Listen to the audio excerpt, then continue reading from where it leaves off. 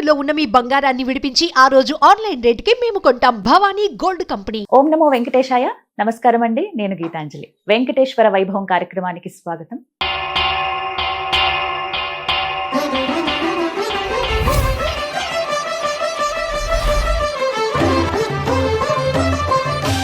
మనతో పాటు విశ్వపతి టీవీఆర్కే మూర్తి గురువు గారు ఉన్నారు. వెంకటేశ్వర స్వామి వారి మహిమల గురించి తెలుసుకుంటున్నాం, వారి మాటల్లో విందాం. గురుగారు నమస్కారం అండి. నమస్కారం తల్లి. నమో వెంకటేశాయ. ఓం నమో వెంకటేశాయ. అందరికి ఇష్టమైనటువంటి పండుగ ఏకాదశి. ఎంతటి భాగ్యమో ఆ రోజున స్వామి వారిని దర్శించుకోవడం అనేది. ఒక నెల ముందు నుంచి ఆ హడావిడి ప్రారంభం అయిపోతుంది ఒక రకంగా చెప్పాలంటే. అందరూ అక్కడికి అంటే తిరుమల వెళ్ళి దర్శించుకోవాలని చూస్తారు, కానీ కొందరికి మాత్రమే ఆ భాగ్యం. అసలు ఆ రోజు ఎందుకు అంత విశేషం? మనకి మామూలుగా ఏంటంటే తల్లి, మనకి తెలుసుగా 24 ఏకాదశులు ఉన్నాయి మనకి. 24 ఏకాదశులు ఏ ఏకాదశికి ఆ ఏకాదశికి ఒక విశిష్టత ఉంది. అండ్ ఏకాదశి రోజు శ్రీమన్నారాయణ ఒక చోట చెప్తాడనమాట. ఏంటి? మాసాన మార్గశీర్ష అంటే మాసాల్లో మార్గశీర్షం నేనే, మార్గశిర మాసం నేనే అని చెప్పేసి. అలాగే వారాలలో ఆదివారం ఆయనే. తిథులలో అండ్ తిథుల్లో ఏకాదశి తిథిని ఆయనే అంటారు. సో ఏకాదశికి అంత విశిష్టత ఉంది.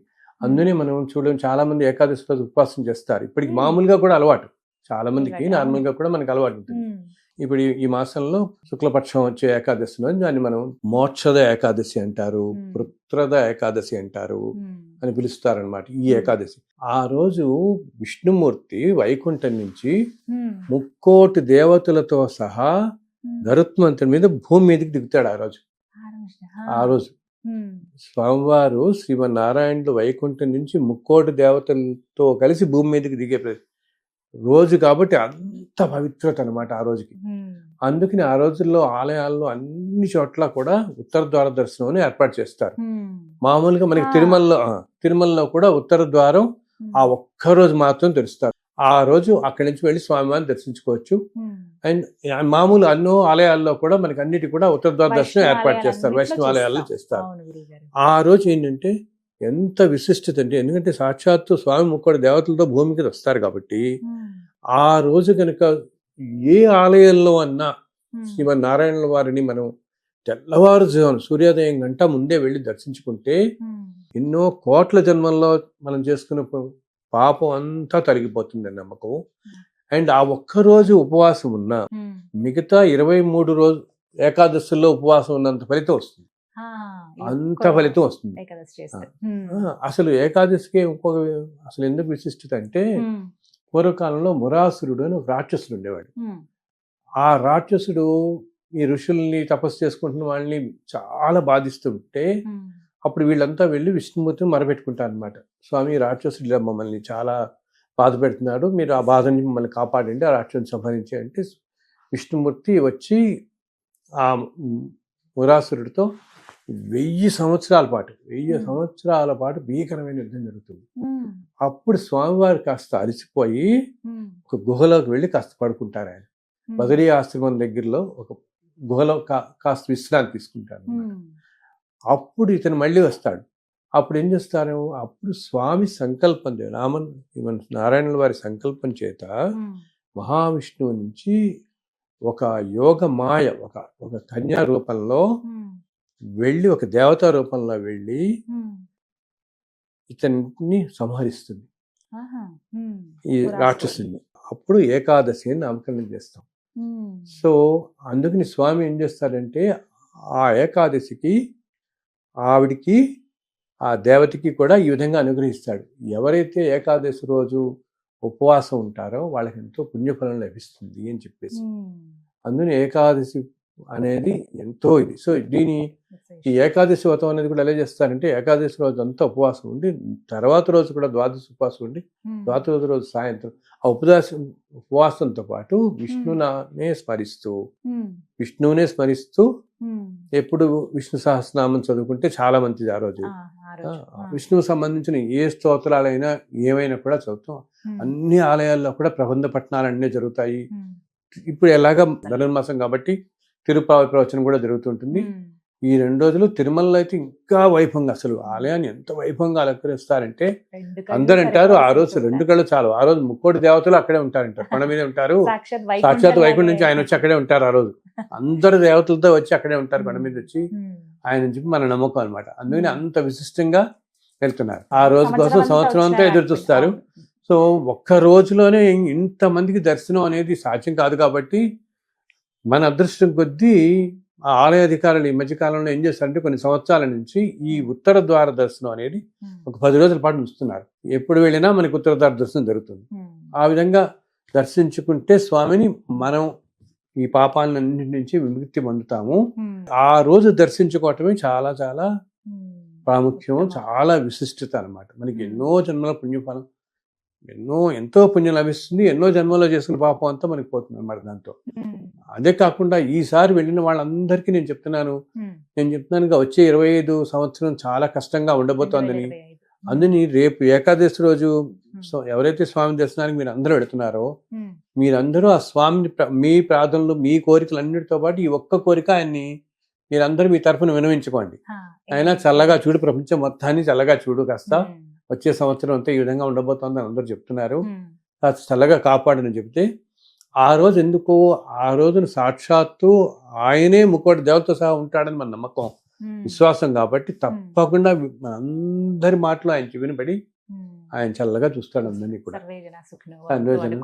అందుకని ఈసారి ఏకాదశి రోజు వెళ్ళే భక్తులందరికీ నా విన్నపం, ఒక్కసారి మన దేశం గురించి, మన లోకం, ప్రపంచం అన్నిటికీ గురించి కూడా చల్లగా ఉండాలని ఒక్కసారి ఆయన ప్రార్థించండి.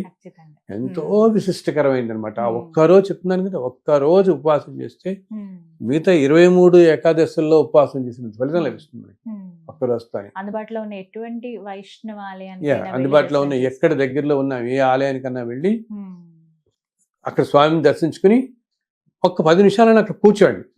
ఇలా ఏదో వెళ్ళి స్పీడ్గా వచ్చేయడం కాదు, ఒక్క 10 నిమిషాలు. ఎందుకంటే ఆ రోజు అన్ని వైష్ణవ ఆలయాల్లోనూ ఆ దేవతల శక్తి ఉంటుంది కాబట్టి ఆలయ పరిసరాలన్నీ ఎంతో శక్తివంతంగా ఉంటాయి. ఇంత దేవతలు ఉంటారు కాబట్టి తిరుమలనే అనుకోక్కర్లే మనం, ప్రతి వైష్ణవ ఆలయంలోనూ ఆ శక్తి నిక్షిప్తమే ఉంటుంది. ఆ రోజు ఆ దేవతలు అందరూ వస్తారు కాబట్టి అక్కడికి. సో మీరు దర్శనం చేసుకుని ఆలయ పరిసరాల్లో ఎక్కడైనా ఆలయ లోపల, మండపంలోనో, బయట వీలైన చోట ఒక 10 నిమిషాలు మీరు కూర్చుని కాసేపు మీకు తెలిసిన, మీకు తోచిన, మీకు తెలిసిన, మీకు వీలైన స్వామివారి నామాన్ని ఏదైనా పఠించండి. ఓం నమో వెంకటేశాయ, లేకపోతే గోవిందానో, మా విష్ణు సహస్రనామావి వచ్చిన వాళ్ళు పుస్తకం చదువుకోవచ్చు.